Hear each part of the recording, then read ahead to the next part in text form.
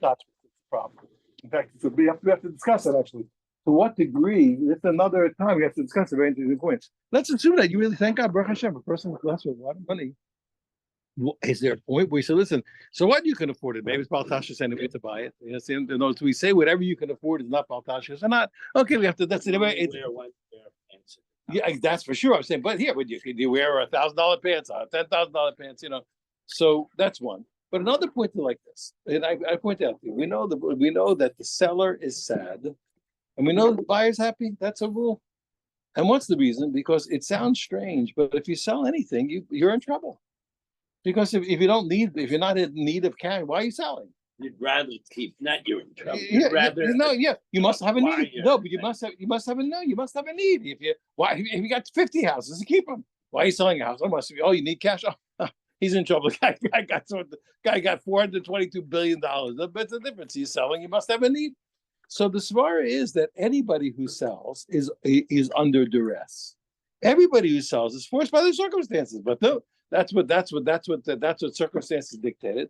So the person in the end gives in, and they wholeheartedly solve the opposite. Circumstances force them to sell, and they sell. Whatever you want to do, we can make a joke out of it. That's the fact. So the Gemara really. So the first Gemara we said yesterday is one is that since everybody in the world sells under duress, ironically, and still the sale's a sale. So you see that the Torah doesn't differentiate, and the Torah ratifies a transfer even under duress, because ironically all sales are under duress. The Gemara says, I'm not sure that that's so. It says, but Dilma, we're at this point, we're at the second to the bottom line.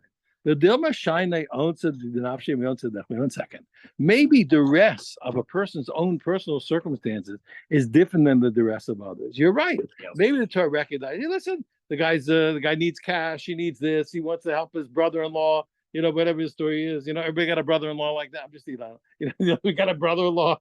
You got these cats. I'm just teasing. Here, okay, that's it. That's what God gave him, so he accepts it. But who says that somebody else forces him? So maybe it's not the same. And look at the Tanya. Okay, so the Gemara says, okay, so I'll show you even being forced by other circumstances. Okay, where's that? Because we learn from a pasuk. Interestingly enough, if a person makes a neder that they're going to bring an olah. So they're obligated to bring an olah. If they don't, they have an avera. But look how so the pasuk says, "Im olah karbano." If olah is his carbon, min abakar zochar tam yachvivenu. He shall sacrifice it from the cattle. A male, a perfect male, and one blemished male, he should sacrifice it. It already said the word sacrifice. El Pesach Omoy to the entrance of the tent of meeting. Yakrivo, so it repeats itself again. It says he shall sacrifice. He just told me he shall sacrifice it. Why repeating he shall sacrifice it? The Ritzono by his will, if Hashem in front of Hashem. So firstly, why did you repeat that he has to sacrifice it? Malamed Jacobinus, it must be what he has to sacrifice it. Even if he doesn't want to. If he made a neder, he doesn't want to give the sacrifice, we force him. He said he's going to bring an olah, he's got to bring it. Okay, so you see what? Now, Yachobal Karachol, but 1 second. Can I really force him? How can I do it against his will? Talmud Lama, the pasuk said Liritzono, it said by his will. So the pasuk gave me two contradictory instructions, and one he gave an extra word to say what? That we make him do it. The other thing we say that's by his will. Okay, it's not. So what? How's it possible we both force him and it's by his will? We force him until he says, "I give in, I want." So we see that when a person is forced, in the end, okay, what is he going to do? He's being forced, so he gives in. So he must be what? But no. The point is that once we're going to say once he has to give in, so he says, "Okay, so I'll do it." So what's sweat off my back? I'll do it later. That's going to be the primary savara. He agrees to sell it in the end. He did, and the same thing over here. Just like over there, he agrees to give it in the end. So also over here, he agrees to give it in the end. So maybe it's different there. No, when do I say after a person's forced, ultimately he really subscribes to what he's doing? Here, there he's gonna have an avera. He's gonna have an avera if he made it head to being a carbon, then he's having an avera. So there I could say, even though he forced him, when he finally gives in, he really means it. Like everything in the Torah. Okay, because deep down that's what he wants. The Allah be safe. Okay, but what do we do about the safe? So we say the same thing. We see when it comes to, let's say a guy he's got boils and he's disgusting to his wife. Okay, so we're going to force him to give a get to his wife. So what do you say? Kofanoso, we force him until he says, okay, I want to give the get. So you see what? So you see also we see a source that once you force a person and he gives in legally, he gives in wholeheartedly, and even makes the real sale or the get a good get. Do we have any evidence that the Rabboni Shalom forces us to do the right thing? To do the right. Held the mountain over our head. Yeah. So the answer is yes and no.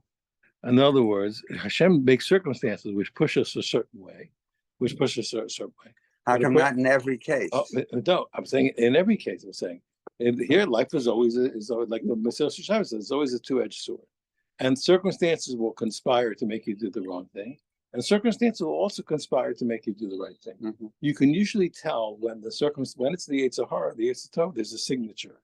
What's the signature? The signature is that the Yetzer Hara pays off immediately, and the Yetzer Tov doesn't. That's usually the case. No, the Yetzer Tov pays with a check, and the Yetzer Hara pays cash. That's his incentive. You understand? That's serious. That's the incentive of the Yetzer Hara. It pays on the spot. So you can know, you can tell. That's why you can tell the good inclination is going to pay, but it's going to take a little time. That's one of the ways you can know. So Hashem always is putting you in a situation where it's very convincing to do the wrong thing. But also, you can choose an immediate payment. But you can choose. Delayed. The only thing of Machlokes between the Rambam and just about all the other Rishonim, most of the Rishonim hold that Hashem never actually. They all, for example, like Paro, where it says Hashem hardened his heart. So they give all kinds of explanation. He didn't really take away his choice. He made him stronger, so he could continue to have free choice. They have all kinds of answers. The Rambam really holds it important. A person is so bad, they make a choice. They turn themselves into a monkey. You understand? He loses his choice. The person you kind of a guy reprogrammed himself, so he lost his humanity. Mm-hmm. But that's the Rambam. Most of the other Rishonim really don't agree with him. That's another class we could have. Something. It's very interesting, incredible, actually, fascinating debate. So the answer is that sometimes Hakadosh Baruch Hu forces a situation, but then it's the right thing. So, for example, let's say Hashem puts a person in a situation where he has to eat treif. Hashem's forcing him to eat treif, but he's supposed to eat treif at that point. He's supposed to give in.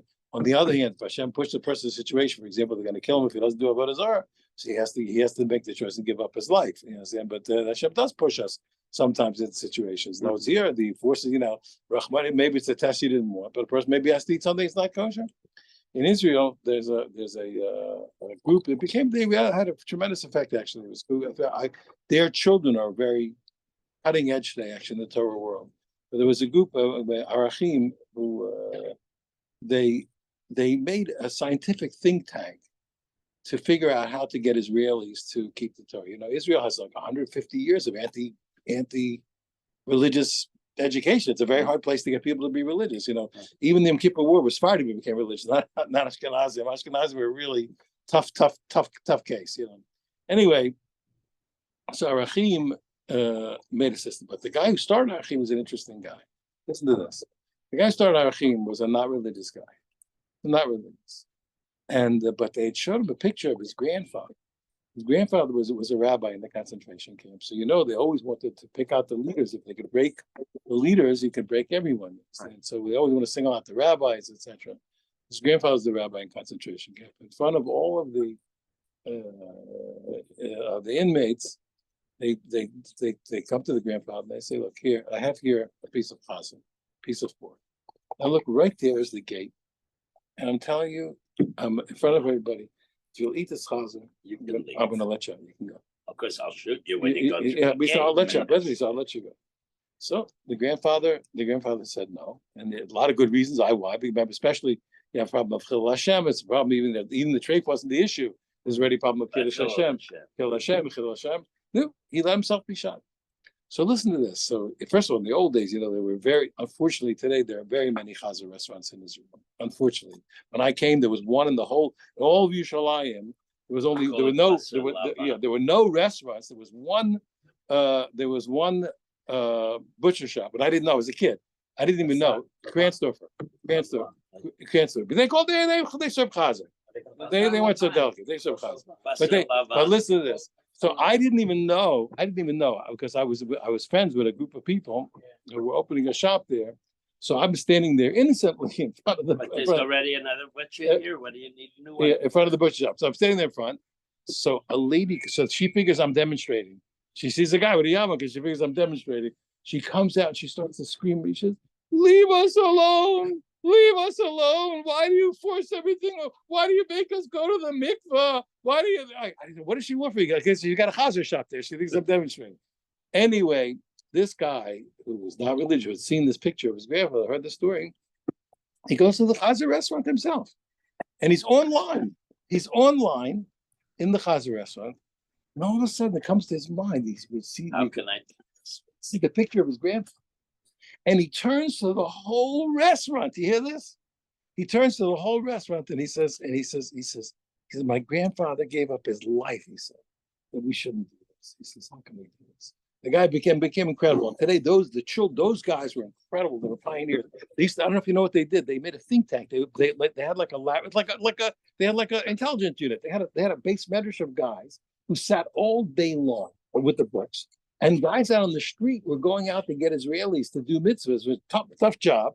And when they would get tough challenges and questions, they'd phone back, to the headquarters. And these guys be all with the Rambams and this and that, producing the response. Incredible. Their kids, who my son is involved with, their kids are the cutting edge of the whole Torah world today. They're frightening, those guys. Their kids are incredible. They're the cutting edge of the whole. Really cutting edge of the world, because the guys did such beautiful things. Anyway, so the answer is Hashem, every minute you're under duress. But like I told you, you can tell the secret. I'm telling you can always tell the Yetzer Hara is immediate. He always pays off right now. That's why he's so powerful. You understand? Mm-hmm. But he pays off right this second. I have a date with a girl for next Thursday. That's not the same thing. But in fact, you see by Pesach, you say that. You see that by the good things, the more you chew, the sweeter they get, and the bad things, they're more sweet than they're bitter. Uh-huh. Anyway, that goes the other way. Yeah, the bad thing, but anyway, yeah, that's the way it goes. But that's the way you have to know. Okay, so now, so we said, so what? So once the person we put this, we said what? So it's there. So there, what about by again? Also, we see that we force until he says yes. So why does it work? The answer is again. The Gemara says, so what? It's the same as before. Dil mashani awesome. It's different there. The mitzvah, the shema, the chachamim is a mitzvah to listen to the rabbis. The rabbis told him to get the voice. It's a mitzvah to listen. So something like the Rambam says, deep down, every Jew wants to listen. It's the other way. That's what the Rotzah means. Yeah. He's being on the contrary. He's being put under duress by when he says yes. He's removing the duress and going back to his natural self, according to the Rambam. Yeah, according to the Rambam. Yeah, but in the end, he gives it right. In the end, he gives in. So we still don't know. How can you tell me? But under normal circumstances, when it's a stam monetary case, who said it worked? Ella says the Gemara Savarahu, and this is the final announcement. It says it's common sense. It says Agav Onse. Okay, now I want to explain it properly. Not because he's forced and he got money. Gomar Umakne decides it. It's the other way. Since he's already being forced and he gets the money, he says, okay, what do you do? Oh, the sale's a sale. You see what I'm saying? In other words, he can't get out of it. But he got the money. And he gets the money. And he gets the money. So once but what it's happening, what are you going to do? Hey, buddy, you can't change the facts. It's happening. So why? It's okay. So make it a legal transaction. You see what I'm saying? Once he can't get out of it and he gets the money, it's okay. So he's not going to make it a lousy sale. You understand? So he makes it a good sale. He gives in. He does the job. Okay, mostly Rabbi Yehuda, let me ask you kasha. We learned Gera Musa. This is one of the biggest problems here in America for decades. They fought about this. They want to make get laws. I don't know if you remember. They had here. I had a big problem because the guy. They're from guys. They came to me in Israel and they begged me to get them an appointment with Rabbi Yosef. The guys from here, from New York. They're good guys. Huh? With Rabbi Yosef years ago. He wouldn't give his wife a get. Definitionally not a good guy. No. The guys, they're from lawyers who wanted to make a get law in America. So they begged me to get them. They couldn't. There was a reason why. They have it in several states. Yeah, so they couldn't get an appointment with Rabbi Yosef, which doesn't make sense. You understand? So they called me, to get them in. When I sat down to work out the issue, the answer was he didn't want to see. He didn't want to see him. He didn't want to see him. He didn't want to help him. It makes it suspect whether. He didn't want it. He didn't want it because it's a big problem. You have get Musa. You're saying you can't have a forced get. So one of the great debates for decades has been going on. You're saying, is there a way to do something? Is it to do something so that we can help so to speak, women who are suffering? as a prenup agreement So, that if there's when it comes to get, if you hold back the get, you have to pay a knas of so $1,000. he did it. He did it with my teacher. He did it with Rabbi Goldberg. Rabbi Goldberg. I was on Chemi. I learned But about. most of the Haredi world doesn't Oh, accept yeah, that so anyway, he. because that's the same Yeah, thing as he did with Rabbi Goldberg. Goldberg was a Adam Golo Admaod, so he was the champion, the champion of everybody. So that's why I learned by Rabbi Zalman Nehemiah. So he was the Aviyad Dayan. He was everything. He was the Aviyad Dayanim in Eretz Yisrael. He was the guy. He was absolutely the guy. He acquired me as a student in under 2 minutes. Under 2 minutes, I went to see him. And the first thing is he shoves over on the bench and sits me down next to him on the bench. He says, "No, what is it?" I said to him, "My brother and I have a kasha." He said, "What's the kasha?" So he told him that there's a certain Beis Yosef that says the following. So he says, "I didn't know that." No, he does not. He knows everything. He knew everything, but he said, "I didn't know." So we told him that's what we said. That's what the Beis Yosef said. And we have this difficulty. So he said, you could answer like this and that. I said, that's what my brother and I answered, but we weren't happy. He said, why weren't you happy? So I explained to him why we weren't happy. So he gave me a big smile. So he said, so what'd you answer? So I told him the answer that we answered. He was very happy. Then he said, but I want to ask you a question. On your answer. And he asked me, well, it wasn't exactly, but he asked me a question. He asked me one question, and my whole life changed in 1 second, because from the one question that he asked, everything that I had learned changed in 1 second. And it was clear as a bell that I had to come to this man, to study. That's what Zalman Nehemiah. He was the sweetest, most powerful person I've ever met in my life. He everything was known to him, and everything was worked out. And even if he had a run, if you asked him a kasha, and saying like put a crimp in the understanding, he wouldn't budge until he solved it, because the Torah had to work. He wouldn't budge. He wouldn't move. He wouldn't move till he solved everything. He was really the paradigm of everything that I ever sought or looked for in Torah. Anyway, so it was with him that they did that. That was the one that they went to. He went to this Rabbi Willig went to Rabbi Goldberg to work it out. But it didn't work. Well, people debate No, that. The people can debate. Yeah, people can debate. But I just want to tell you something, and I mean this sincerely. If you'll see that, if I'm correct, and maybe I'm not right, but if I'm correct, if Rabbi Goldberg put a stamp on it, I assure you that I'll defend it. I'll show you. Rabbi Yashiv said no. I don't know that happened. I don't know that. I'm not sure. No. Those two events are like 20 years apart. Those are two different things. The original get law was a whole nother story. The get law that they were trying to do wasn't this. This is a prenup that they put in where there's a daily fine. All of the I'm saying to you, I'm saying to you, but it's a different story. It's a different story. I'm trying to tell you. You should. I'm willing to debate. I'm willing to sit down with you and work on the problem. But I guarantee you, I know Rabbi Goldberg. It was Zatzal so well. You understand? He was the giant of giants. Everybody knew it. He was the guy. There wasn't a move that he made that wasn't rock solid. Mostly Rabbi Yehuda. So he says, get Musa Israel. So he said, we have a get that if a Jewish people force the person to give the get, it's a get that he needs to give. Kosher, it's kosher. But if Goyim force them to give the get, possible the get is not good. I said, what's going on? He says, hope to know so. But even by Goyim, if you want to let the Goyim do it, say hope to know so. Okay, Bamimlo, you let them beat the guy up, and the Goyim say. You have the Goyim say to the Jew, I say Mashi Yisrael Melech, do what the Jews tell you. So long as he's doing it to follow the Torah, it's fine. Now, why is it that when the Goyim force him, that it's no good? You told me the same way you told me by any sale, once it's inevitable that the person is being forced, in the end, they do the act legally, and their mind decides, once I have to do it anyway, so I'll do it legal. That was the final svara that we said. So what's the difference? The Gemara says, you're right. This Hasam Nami, she said over there, and name Agav Onse Gamar, Magash, even the Goyim forced him. Say in the end, once he's going to do it, he's going to do a proper get. He's not going to make a fake get. Okay, Ha'idmar Allah says, didn't we learn? Amar Bashashi, he says, you're right. He says, it's true. It should work by Goyim, and it actually does work by Goyim. Amar Bashashi, the Torah, if you live there, kosher. Once the Goyim, if they're going to force it to give a get that he's supposed to give, even if Goyim do it from the Torah, it's a good get. Well, for the reason that we said.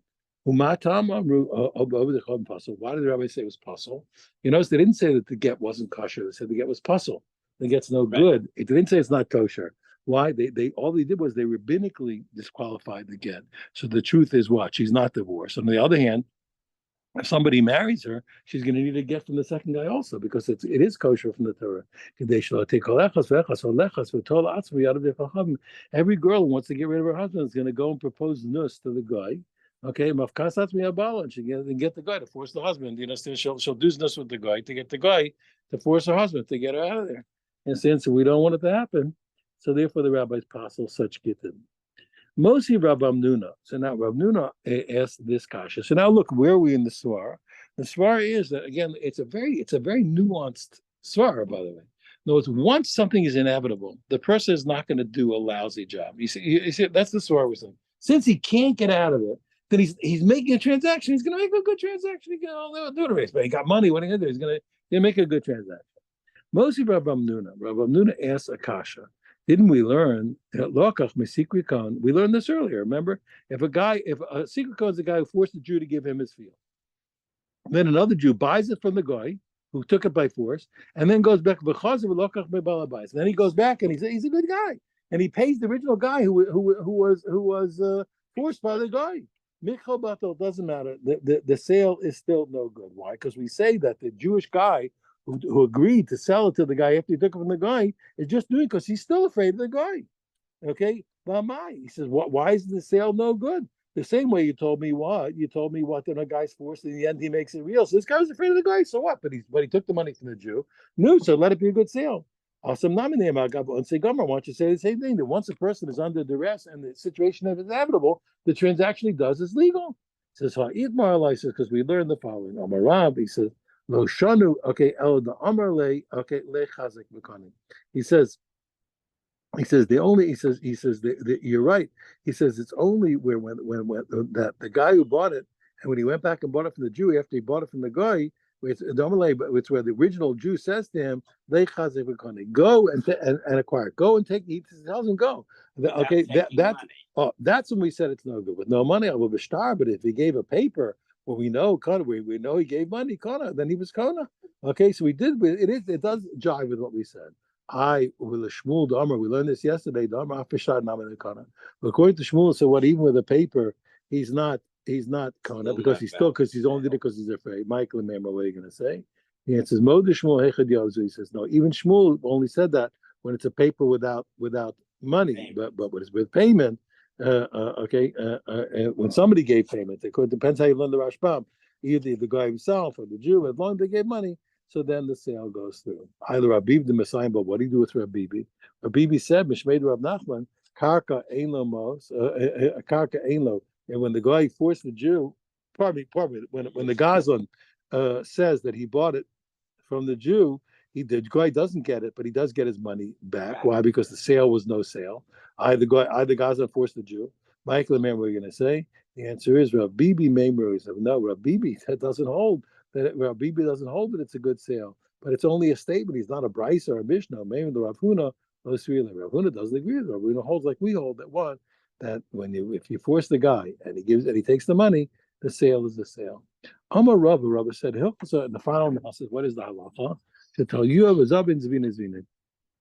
They force a guy to sell and he sells, okay, the sale is a good sale. Below Arman Ella, but there are prerequisites according to this. Number one, besada stam. If a guy just said, what, sell me, I'm forcing you to sell me a field, okay, and the guy chose the field, then you see that the fact that he chose which field is already he's already right. So he is already showing that he's acquiesced to the deal. But if the person says to him, I'm forcing you to sell me this field, then even if it's this field where he had to be this field, since he doesn't show any acquiescence in choice, the sale is not a sale. And even Namila Arman, okay, and even if it was this field, it's still not necessarily no sale El delo artse zuye. It's when after the person gave him the money, he doesn't even bother to count it. He shows he's so under force, he's disgusted, he won't even count the money. So he shows that what that so that's not real. It's not a sale. But even if it was this field, and he counted the money, it's not a sale. It is a sale. Well, Arman, and also we didn't say what that it's not a sale. El delo havilish tamute, where it's not a sale only if he had no way to get out of the force. He had a way to push it off. To go. I gotta go talk to my wife. I gotta this. Low. If he had a way to slip out, and he didn't slip out, then even in that case, it is indeed a sale. Right, it is indeed a sale. So he shows some acquiescence. The Hilchos of Bakulu, but the truth is, when all these points that we said, that that is what Rabba said. But the Gemara says, no, Hilchos of Bakulu, the halacha is the following. Now, zvini, in all these cases, the sale is a sale. But fila b'sadazu, even if he forced him with this field, and he didn't have notes, and even this field, and even if the guy didn't count the money, and even if he could have escaped and he didn't escape, okay, as long, okay, even though it looks absolute force, in all those cases, okay, it's still called a sale. Why do Isha? Okay, kasada zudami. Because you see what, for example, let's say a guy forces a girl to marry, and so that's like this field. He said, what the guy forces a woman to take kedushin, and she takes it. Kedushin. The marriage is a good marriage. Okay, so therefore, what we can see that what even in true honestly, it's a very nuanced farm. Once the thing is inevitable and the guy took money, that's all. It's a sale he went through. Rabashi, he disagrees. He says no. With a maimer, he disagrees. But Omar, Bishavade Kedushin, he said no. You can't okay, it's not. You force someone to marry you, it's no marriage. Why? Shu also Shalom Kohogan, because he did something against their will. The Fika Chasu Shalogan. Also, what the rabbis are gonna treat him improperly. Yeah, well, no, even though you're right, but let's say the Raisa, it's a good marriage, but the rabbis are going to stop it. Now, there are two ways, but simply because the rabbis have the power to uproot. Okay, Bafkina Rabbanan Kedushin, the rabbis have the power to uproot the Kedushin. Okay, and therefore what? Okay, for example, they saw that money that he gave. It's not a payment to marry her. It's a gift, and he wasn't marrying her. Rabashi says here the Tinach the Kaddish Bekas, but that's very good. When he married the girl with money and he forced, okay, so rabbis can decide. They have power over money, for example. They can say, listen, they say, based can dissolve someone's ownership. They say, listen, that money's a gift and it's not a payment for kedushin. But Kaddish Babiyah, what if the guy forced the woman and he married her by intercourse? They can't say the intercourse is not an intercourse. Okay, Michael, what are they going to say? Amarle, so Rabashi said to him, he said, no. He said, Shavru Abban Abisa. The rabbis also, by the power of the rabbi, they said that intercourse was instead of being intercourse for the sake of what Kedushin, it was really intercourse simply for pleasure. So and therefore what? It's not therefore, because the rabbis, no, well, she agreed, but that's not the point. But she forced it. But the answer is what? That the rabbis undid it and made it not a marriage. Tabi told the papi akino. There's a few ways to translate this. I'm just going to take it one way. There was a person he forced. Tabi was a violent guy, so he took this guy named Papi and he hung him up on a tree called Kinra. Okay, and he forced him to sell his field. There's oven, and the guy sold it. Okay, Chasam Rabba Barchana. So very strange happened. Amadoi v'ashkalta. It's very strange. Rabbi Barchana, with another witness, he signed a disclaimer, and then he signed on the actual bill of sale. That makes sense. So Rav Huna said, "Man dechasim amodai shaprachatim." He said, whoever it signed when he signed on the signing on the disclaimer was fine. Man dechasim hashkalta shaprachatim, and signing on the deed was fine. Yeah, it was also fine. So okay, why? Because a sale that's forced is a good sale. I said, what are you talking about? Amodai says, I understand if the disclaimer was a kosher disclaimer, lo hashkalta, then you can't lo hashkalta, then the deed is not a deed. It's not a good deed. The hashkalta, and if the deed is a good deed, lo modah, then the modah was, then the disclaimer was the good disclaimer. I can tell both were fine. So this is what Rav Huna said. He wasn't saying they're simultaneously fine.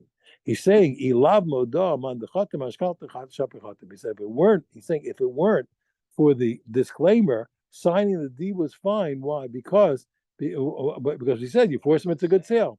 Rav Huna, okay, Rav Huna was according to his reason, Rav Huna, because Rav Huna hold, like we've been saying, tell you, if they force a person bizabin and he sells, Zavina, his sale is a good sale. Deals with the No, I'll tell you 1 second. No, because it's a big piece. I don't mean to fight with you. It's a big, yeah, Explains why. it's a big piece. I'm gonna get there. Don't worry. It's a very short piece. Pages long. Anyway. I'll get there. It'll be fine. All right, Rabosa. All right, let's go, Ruth. Yeah, so I'm not sure but I'm pretty sure because I remember. I'll tell you why. Because his son, I knew his son, Rabbi Willie's son. I knew, and I'm pretty sure he went to where to go. But I'll find. I could be wrong. Could He be may wrong. have gone to. No, it could be he I didn't. don't know whether Yeah, he went yeah, there. I do know that by one of the family marriages, the other side They wanted that, and so we asked the Shaila, and they said it would not be a valid marriage if you do that, because you're already that's a contemplating divorce, Okay, there we got to talk about. But anyway, that's and the divorce would not be a valid divorce. Because it's not like twisting your arm and making you say "Rutzani." It's like making you agree before you even marry that you're gonna. We can have a special. We can have a special. We can have a seminar on the piece. He's a good friend of mine. His intent. No, I'm saying we can bring all the but opinions. it's just technical issues. I can bring in all the sources. We could deal with it. I'm saying we could actually work it Well, out. we don't have to deal with it because it's too late for me to get into this. 58 years, you know. You want to know something? My father got his first shul when he was 21. And a short while after, this very old couple, like very, very old, they said they wanted to make a mock wedding of their own marriage. A renewal of yeah. It was their anniversary. Dude, my father's a kid. He says, okay, they're not going to say Hashem's name. Right. Obviously. He gets him under there and he says, okay. And he says, I'm not interested. As he's about to start, she starts saying, this guy, he's a bum. He's a this. I wouldn't have anything to do with it. My father's red face and the whole shul starts laughing with him. It was a practical joke. They did on him. They teased him. Yeah. But you know the story, but couple's 60th anniversary.